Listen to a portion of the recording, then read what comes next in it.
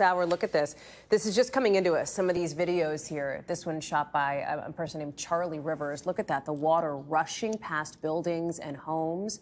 You can see some of the debris there as well. Let me get right to Bill Karins. You hate to see this, Bill, as we are coming off of, the fourth day, now fifth day of that flash flooding in Texas. This is not, first of all, it's daytime. It doesn't look as bad, but help us understand the risk here. All right, so we're in New Mexico. We're in the mountains. This is near the Lincoln National Forest. And when I first saw this video, I was like, oh, this is old. This is last year. I believe it's almost from the same vantage point, the same person. Wow. They had a flash flood last year that was very similar to this. I was just on their Facebook group for the community there, and they're saying that this year was worse than last year. There was a fire upriver of this, and a thunderstorm, the fires take away all the vegetation. So when it pours and rains, you get these fast-moving debris flows.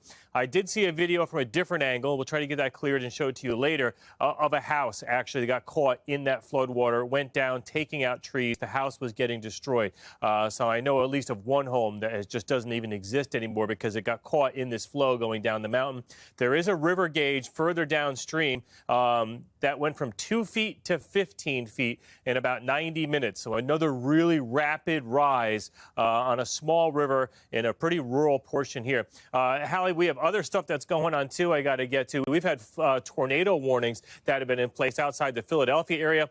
So this is that flash flood emergency, which continues for the video you just saw there. Let me take you to the East Coast because these thunderstorms are just plowing through Philly right now. There'll be people losing power. The tornado warning has been dropped, but from Trenton, capital New Jersey, right along to Delaware here, this is the area that we're watching. 60 to 70 mile per hour winds. People are going to be losing power. Further to the south, we just had a 77 mile per hour wind gust reported just outside of Baltimore in areas of Maryland. That is now crossed into from Maryland towards Delaware here, but this line is considered a destructive threat right through Chestertown. Again, gusts up to about 80 miles per hour. And Hallie, I don't even want to show you the airport delays. There's ground stops at Dulles, Reagan, Baltimore. All the New York airports are about 120 minutes right now.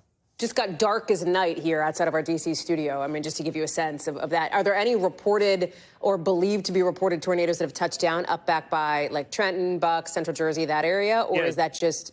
It was all what we call radar indicated. It showed that it was spinning there. And then the final thing is there's a flash flood warning now for Philadelphia, too. So we have considerable flash flood threat, just a nightmare of a travel. And hopefully we're not getting too much destruction here. But, yeah, here's Philadelphia. You're on this whole red polygon here. These are all flash flood warnings in Pennsylvania. Well, and Bill, that stretch of the Delaware River coming down there between Pennsylvania and New Jersey, that can be real risky when it comes to these flash flooding concerns. Yeah, I'll keep you updated. If, hopefully it won't be as bad, and hopefully we won't lose lives, but rough times.